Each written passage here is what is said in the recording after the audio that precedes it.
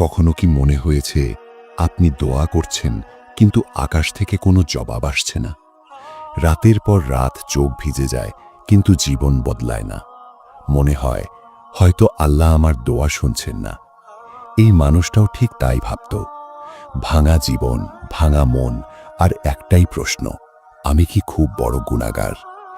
এক রাতে সে কিছু চায়নি, শুধু ফিসফিস করে বলেছিল, আস্তাগফিরুল্লাহ। আর সেদিন থেকেই তার জীবনে এমন কিছু বদলাতে শুরু করল যেটা সে কোনোদিন কল্পনাও করেনি। এই গল্পটা শেষ পর্যন্ত না শুনলে আপনি বুঝতেই পারবেন না ইস্তিগফার আসলে কিভাবে দোয়া কবুল করে। হৃদয় ছুঁয়ে যাওয়া আহ্বান। জীবনের এমন কিছু রাত আসে যখন মানুষ কাউকে কিছু বলতে পারে না। চারপাশে মানুষ থাকে কিন্তু ভেতরটা থাকে শূন্য। দোয়া করার শব্দ মুখে আসে না, আর চোখের পানি শুধু আল্লাহকেই ডাকে।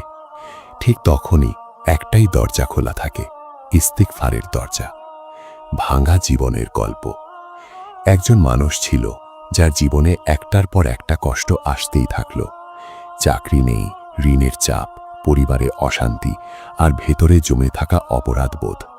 সে নামাজ পড়ত কিন্তু মন বসত না, দোয়া করত কিন্তু মনে হতো আমার মতো গুনাহগারের দোয়া কি কবুল হবে? এই প্রশ্নটাই তাকে ধীরে ধীরে আল্লাহ থেকে দূরে নিয়ে যাচ্ছিল। এক রাতের নীরব উপলব্ধি। এক গভীর রাতে যখন সবাই ঘুমিয়ে সে একা বসেছিল, মোবাইলটা হাত থেকে পড়ে গেল, চোখ দুটো ভিজে উঠল। হঠাৎ তার মনে পড়ল একটি কথা, ইস্তিগফার মানে শুধু গুনাহ মাপ চাওয়া নয়, ইস্তিগফার মানে আল্লাহর কাছে ফিরে যাওয়া। সে কোনো বড় দোয়া করল না, কোনো সুন্দর আরবি বাক্যও না, শুধু বলল, আস্তাগফিরুল্লাহ, হে আল্লাহ, আমি খুব ক্লান্ত। ইস্তিগফারের নীরব শক্তি। সে প্রতিদিন ইস্তিগফার করতে লাগল, হাঁটতে হাঁটতে, বাসে বসে, ঘুমানোর আগে। কোনো সংখ্যা ধরেনি, কোনো হিসাব করেনি, শুধু বিশ্বাস নিয়ে বলেছে, হে আল্লাহ, আমি জানি আপনি শুনছেন। ধীরে ধীরে তার মন শান্ত হতে শুরু করল। সমস্যাগুলো তখনও ছিল, কিন্তু কষ্টটা আগের মতো ভারী লাগছিল না। দোয়া কবুলের পথটা যেভাবে খুলে গেল। একদিন সে খেয়াল করল, সে আর শুধু দুনিয়ার জিনিস চায় না। তার দোয়ায় এখন একটা নতুন কথা যোগ হয়েছে, হে আল্লাহ, আমাকে ঠিক করে দিন। আর ঠিক তখনই তার জীবনে ছোট ছোট পরিবর্তন আসতে লাগল। একটি সুযোগ, একটি মানুষ, একটি অপ্রত্যাশিত সাহায্য। সব একসাথে নয়, ধীরে ধীরে, যেন আল্লাহ বলছেন, আমি তাড়াহুড়ো করি না, কিন্তু ভুলেও ভুলে যাই না।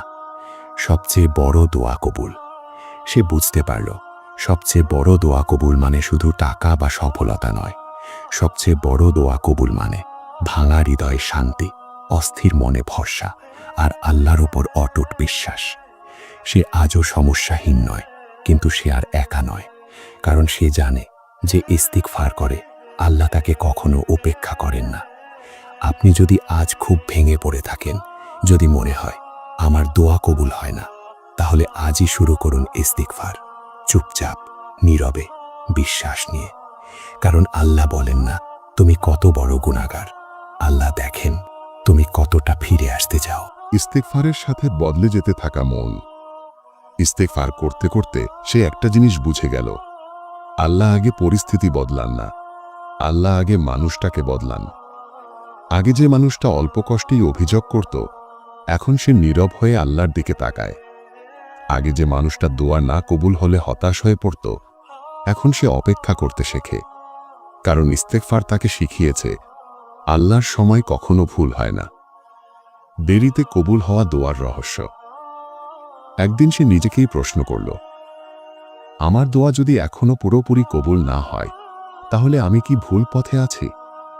ঠিক তখনই তার মনে পড়ল, অনেক দোয়া আছে যেগুলো আল্লাহর সঙ্গে সঙ্গে দেন না, কারণ সেই দোয়ার সাথে একটা শিক্ষা জড়ানো থাকে।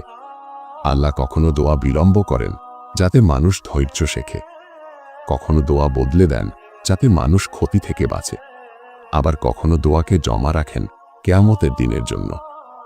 এই উপলব্ধিটাই তার অন্তরকে শান্ত করে দিল। ইস্তেগফার আর চোখের পানি। এক রাতে সে নামাজে দাঁড়াল। কোনো লম্বা দোয়া নয়, কোনো কঠিন শব্দ নয়, শুধু বলল, হে আল্লাহ, আমি জানি আপনি আমার চেয়েও আমাকে বেশি ভালো জানেন। এই কথাটুকু বলার পর চোখের পানি আর থামেনি। সে বুঝল এই কান্না দুর্বলতার না, এই কান্না হলো আত্মসমর্পণের। আর আত্মসমর্পণই তো ঈমানের সবচেয়ে সুন্দর রূপ। অদৃশ্যভাবে খুলে যেতে থাকা দরজা। কিছুদিন পর সে লক্ষ্য করল তার জীবনে এমন কিছু হচ্ছে যেগুলো সে কখনো দোয়াতেই চায়নি। যে মানুষগুলো তাকে অবহেলা করত তারাই এখন সম্মান দিচ্ছে। যে দরজাগুলো বন্ধ ছিল সেগুলো হঠাৎ করেই খুলে যাচ্ছে। সে তখন বুঝল, যখন মানুষ আল্লাহর দিকে 1 কদম যায়, আল্লাহ তার দিকে 10 কদম এগিয়ে আসেন। সবচেয়ে বড় পরিবর্তনটা বাইরে না, ভেতরে ঘটেছিল। সে আর নিজেকে তুচ্ছ ভাবত না, কারণ সে জানত যার রব আল্লাহ, তার জীবন কখনো মূল্যহীন হতে পারে না। সে এখন দোয়া করে শান্ত মনে, ইস্তেগফার করে বিশ্বাস নিয়ে, আর বিপদের সময় বলে হাসবি আল্লাহু লা ইলাহা ইল্লাহু। শ্রোতার হৃদয়ে সরাসরি ডাক। আপনি যিনি এই কথাগুলো শুনছেন, হয়তো আপনার জীবনেও এমন এক সময় চলছে যেখানে সবকিছু থেমে গেছে বলে মনে হয়। মনে রাখবেন, ইস্তেগফার মানে শুধু অতীত মুছে ফেলা নয়। ইস্তেগফার মানে ভবিষ্যৎ সুন্দর করার অনুমতি চাওয়া। আজ থেকে শুরু করুন। ভুল হিসাব করবেন না, সংখ্যা নিয়ে ভাববেন না, শুধু বলুন আস্তাগফিরুল্লাহ, পুরো মন দিয়ে। যখন ইস্তেগফার অভ্যেসে পরিণত হয়, একসময় ইস্তেগফার আর আলাদা করে করার কিছুই রইল না। এটা হয়ে গেল তার শ্বাসের মতো। ভুল হলে ইস্তেগফার, ভয় পেলে ইস্তেগফার, খুশি হলেও ইস্তেগফার। সে বুঝে গেল, ইস্তেগফার মানে শুধু গুনাহের জন্য ক্ষমা চাওয়া নয়। ইস্তেগফার মানে নিজের সীমাবদ্ধতাকে স্বীকার করা। আর যে মানুষ নিজের সীমা মানে, আল্লাহ তাকে কখনো একা ছেড়ে দেন না। নীরব পরীক্ষার সময়। এরপর আবার তার জীবনে একটি কঠিন সময় এলো। এবার কষ্টটা ছিল আলাদা। বাইরে থেকে কেউ বুঝতেই পারছিল না, কিন্তু ভেতরে সে ভেঙে যাচ্ছিল। আগের মতো সে অভিযোগ করেনি। সে বলল না, হে আল্লাহ, কেন আমার সাথে এমন? সে শুধু বলল, হে আল্লাহ, আপনি জানেন আমি দুর্বল। এই ছোট্ট কথাটুকুই ছিল তার সবচেয়ে বড় দোয়া। আল্লাহর সাথে সম্পর্কের নতুন স্তর। এই সময় সে একটা গভীর সত্য বুঝতে পারল। আল্লাহ সব কষ্ট সরিয়ে নেন না, কিন্তু কষ্টের ভার হালকা করে দেন। আগে দুঃখ আসলে সে ভেঙে পড়ত, এখন দুঃখ এলে সে সিজদায় পড়ে যেত। কারণ সে জেনে গেছে, যে সিজদায় মাথা রাখে তার মাথা কখনো আল্লাহর কাছে নিচু হয় না। দোয়া কবুলের সূক্ষ্ম রূপ। একদিন সে লক্ষ্য করল, তার জীবন পুরোপুরি বদলে যায়নি, কিন্তু সে বদলে গেছে।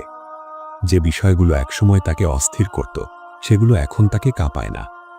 সে বুঝল, অনেক সময় আল্লাহ দোয়া কবুল করেন এভাবে, মানুষের পরিস্থিতি বদলে না দিয়ে, মানুষের অন্তর বদলে দিয়ে। আর অন্তর বদলে গেলে দুনিয়ার বোঝা আর বোঝা থাকে না।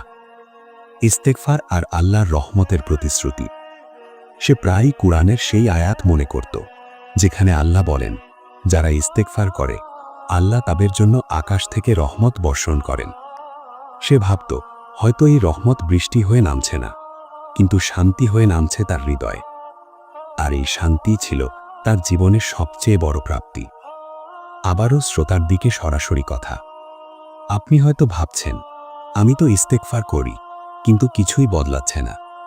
মনে রাখবেন, বীজ বপন করার পর সঙ্গে সঙ্গে ফল আসে না। আগে শিকড় শক্ত হয়, তারপর গাছ বড় হয়। ইস্তেগফার হলো সেই শিকড়, আল্লাহর উপর পূর্ণ ভরসা। সে এখন জানে, দোয়া কবুল হবে কি হবে না এই চিন্তা তার নয়। তার কাজ শুধু ডেকে যাওয়া, আল্লাহর কাজ দেওয়া। আর যে আল্লাহর উপর ভরসা করে, আল্লাহ তার জন্য যথেষ্ট হয়ে যান। যখন দোয়া চাওয়ার ভাষা বদলে যায়। একসময় সে লক্ষ্য করল, তার দোয়ার ভাষা আর আগের মতো নেই। এখন সে কম চায়, কিন্তু বেশি বিশ্বাস করে। আগে সে বলতো, হে আল্লাহ, এটা দিন, ওটা দিন। এখন সে বলে, হে আল্লাহ, আপনি যা ঠিক মনে করেন সেটাই দিন। এই পরিবর্তনটা ছোট মনে হলেও এটাই ছিল তার জীবনের সবচেয়ে বড় মোড়। আল্লাহর নীরব জবাব। অনেক রাত গেছে যেখানে সে কোনো স্পষ্ট উত্তর পায়নি, কিন্তু সে শিখে গেছে, আল্লাহর নীরবতাও একটা উত্তর। যদি আল্লাহ এখনো কিছু দেননি, তার মানে হয়তো সে প্রস্তুত হচ্ছে। আর যদি কিছু কেড়ে নেন, তার মানে হয়তো বড় কিছুর জায়গা বানাচ্ছেন। এই বিশ্বাসই তাকে ভাঙতে দেয়নি। ইস্তেগফার আর আত্মসম্মান। একসময় সে নিজেকে খুব তুচ্ছ ভাবত, ভুলগুলো তাকে তাড়া করত, অতীতের লজ্জা তাকে সামনে এগোতে দিত না। ইস্তেগফার তাকে শিখিয়েছে, আল্লাহ ক্ষমা করলে মানুষের আর নিজেকে শাস্তি দেওয়ার অধিকার থাকে না। সে মাথা উঁচু করে হাঁটতে শিখল, অহংকার নিয়ে নয়, কৃতজ্ঞতা নিয়ে। কষ্টের ভেতরে লুকানো রহমত। সে বুঝল, কিছু কষ্ট এমন থাকে যেগুলো না এলে মানুষ কখনো আল্লাহর দিকে ফিরত না। যে ব্যথা তাকে নামাজে দাঁড় করিয়েছে, যে কষ্ট তাকে ইস্তেগফারে অভ্যস্ত করেছে, সেগুলো আসলে শাস্তি ছিল না, সেগুলো ছিল ডাক। দোয়া কবুলের সবচেয়ে সুন্দর মুহূর্ত। একদিন, একদম সাধারণ একটি দিনে, কোনো ঘোষণা ছাড়াই তার একটি পুরনো দোয়া কবুল হয়ে গেল। কোনো আতশবাজি ফাটেনি, কোনো উল্লাস হয়নি। সে শুধু চুপচাপ বলল, আলহামদুলিল্লাহ। কারণ সে জানত, এই দোয়া কবুল হয়েছে ইস্তেগফারের প্রতিটি নিঃশব্দ মুহূর্তের বদলে। আপনার জন্য শেষ নয়, নতুন শুরু। আপনি যিনি এখন এই কথা শুনছেন, হয়তো আপনি এখনো অপেক্ষার সময়ে আছেন। মনে রাখবেন, অপেক্ষা মানে আল্লাহ ভুলে গেছেন, এটা না। অপেক্ষা মানে আল্লাহ কাজ করছেন, এটা। আজ যদি কিছু না পান, তবুও ইস্তেগফার ছাড়বেন না। কারণ যে মানুষ ইস্তেগফার ছাড়ে না, আল্লাহ তাকে ছাড়েন না। যখন আল্লাহর উপর ভরসা দৃঢ় হয়, একসময় সে বুঝে গেল, সব প্রশ্নের উত্তর এখনই পাওয়া জরুরি নয়। আল্লাহ যদি কিছু গোপন রাখেন, সেটাও রহমতেরই অংশ। আগে সে ভবিষ্যৎ নিয়ে ভয় পেত, এখন ভবিষ্যৎ এলেই বলে, আল্লাহ আছেন। এই কথাটুকুই তার বুকের ভেতর ঝড় থামিয়ে দিত। ইস্তেগফার আর রাতের সম্পর্ক। রাত যত গভীর হতো, তার ইস্তেগফার তত নীরব হতো। কেউ দেখত না, কেউ শুনত না, কিন্তু সে জানত, এই নীরবতার প্রতিটি শব্দ আল্লাহ শুনছেন। অনেক সময় দোয়া শব্দে হয় না, দোয়া হয় চোখের পানিতে, ভাঙা নিঃশ্বাসে, আর আল্লাহ সেগুলোও গ্রহণ করেন। মানুষ ছেড়ে দিলে আল্লাহ ধরেন। কিছু মানুষ তার জীবন থেকে সরে গেল, কেউ কষ্ট দিয়ে, কেউ নীরবে। আগে সে ভেঙে পড়ত, এখন সে বুঝে গেছে, যাকে আল্লাহ ছেড়ে দেন সে মানুষকে ধরে রাখেন না, আর যাকে আল্লাহ ধরে রাখেন তাকে মানুষ ছেড়ে দিলেও ক্ষতি হয় না। ছোট দোয়ার বড় ফল। সে বড় কিছু চাওয়া বন্ধ করে দিয়েছিল, সে শুধু চাইত হালাল শান্তি। আর এই ছোট দোয়াই তার জীবনে বড় পরিবর্তন আনল। কম হলেও বরকত এলো, কষ্ট থাকলেও তৃপ্তি এলো, অশান্তির জায়গায় একটা অদ্ভুত স্থিরতা নেমে এলো। ইস্তেগফার যে মানুষটাকে তৈরি করে, ইস্তেগফার তাকে শক্ত করেছে কিন্তু কঠোর করেনি, নরম করেছে কিন্তু দুর্বল করেনি। সে এখন মানুষকে ক্ষমা করতে পারে, কারণ সে জানে সে নিজেই কতবার ক্ষমা পেয়েছে। এই উপলব্ধি তাকে সুন্দর মানুষ বানিয়েছে। আপনার হৃদয়ের দিকে শেষ ডাক। হয়তো আজও আপনার দোয়া কবুল হয়নি, হয়তো আজও আপনার চোখ ভেজে, কিন্তু দয়া করে মনে রাখবেন, আল্লাহ কখনো দেরি করেন না, তিনি শুধু সঠিক সময় বেছে নেন। আজ যদি কিছু না পান, তবুও ইস্তেগফার থামাবেন না, কারণ ইস্তেগফার এমন একটি দরজা যেটা একবার খুললে আর বন্ধ হয় না। যখন অপেক্ষাটাই ইবাদত হয়ে যায়। একসময় সে আর দিন গুনতো না, কবে দোয়া কবুল হবে, কবে কষ্ট শেষ হবে। এই হিসাব সে আল্লাহর উপর ছেড়ে দিয়েছে। অপেক্ষার ভেতরও সে ইস্তেগফার করেছে। আর তখনই সে বুঝেছে, সব অপেক্ষা কষ্টের হয় না, কিছু অপেক্ষা মানুষকে পরিশুদ্ধ করে। এই অপেক্ষাই তাকে তাড়াহুড়া করা মানুষ থেকে ভরসা করা মানুষ বানিয়ে দিয়েছে। আল্লাহর কাছাকাছি থাকার আলাদা স্বাদ সে লক্ষ্য করল। তার জীবন খুব ঝলমলে না হলেও তার রাতগুলো এখন শান্ত। ঘুমানোর আগে ইস্তেগফার, জেগে উঠে আলহামদুলিল্লাহ। এই ছোট ছোট আমলগুলো তার জীবনে এমন এক প্রশান্তি এনে দিল, যেটা সে আগে কখনো অনুভব করেনি। সে বুঝে গেল, আল্লাহর কাছাকাছি থাকাই সবচেয়ে বড় সফলতা। দোয়া কবুল না হলেও ক্ষতি নেই। একদিন সে নিজেকে বলল, যদি আমার কোনো দোয়া এই দুনিয়ায় কবুল নাও হয়, তবু আমি ক্ষতিগ্রস্ত নই। কারণ আল্লাহ তো কখনো বলেননি সব দোয়া দুনিয়াতেই দিতে হবে।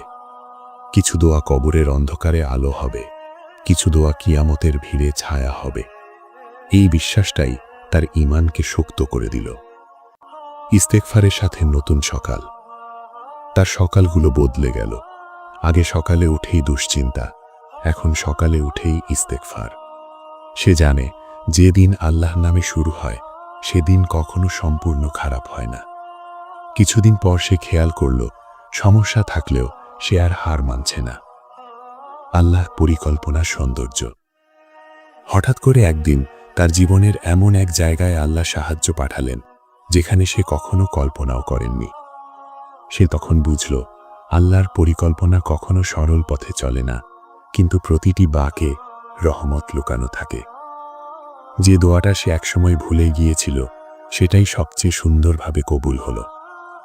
আপনার জন্য শান্ত বার্তা। আপনি যদি আজও বুঝতে না পারেন কেন আপনার দোয়া দেরিতে কবুল হচ্ছে, তাহলে এইটুকু মনে রাখুন, আল্লাহ আপনাকে কষ্ট দিতে চান না, আল্লাহ আপনাকে তৈরি করছেন। আর যাকে আল্লাহ তৈরি করেন তার ভবিষ্যৎ কখনো সাধারণ হয় না।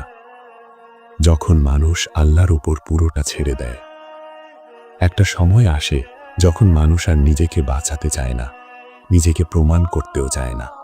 সে শুধু চায় আল্লাহ যেন তাকে ছেড়ে না দেন। এই অবস্থাটাই ছিল তার জীবনের সবচেয়ে নিরাপদ জায়গা, কারণ সে বুঝে গেছে যেখানে আল্লাহ আছেন সেখানে ভয় থাকার কথা নয়। ইস্তেগফার আর আত্মার আরাম।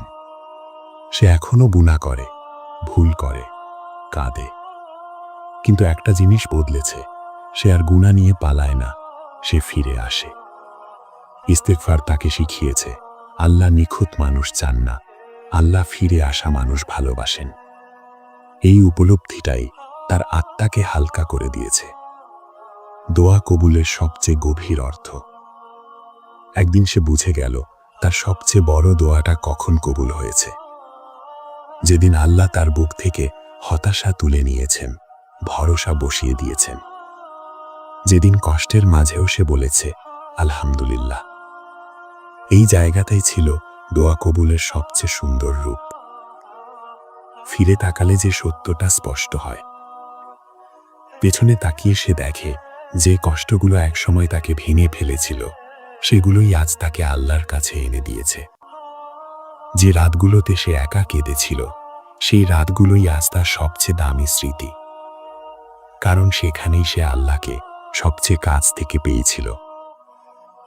আপনার জন্য শেষ কিন্তু সবচেয়ে গুরুত্বপূর্ণ কথা। আপনি যিনি এখন এই কথা শুনছেন, হয়তো আপনার জীবনেও সবকিছু এলোমেলো।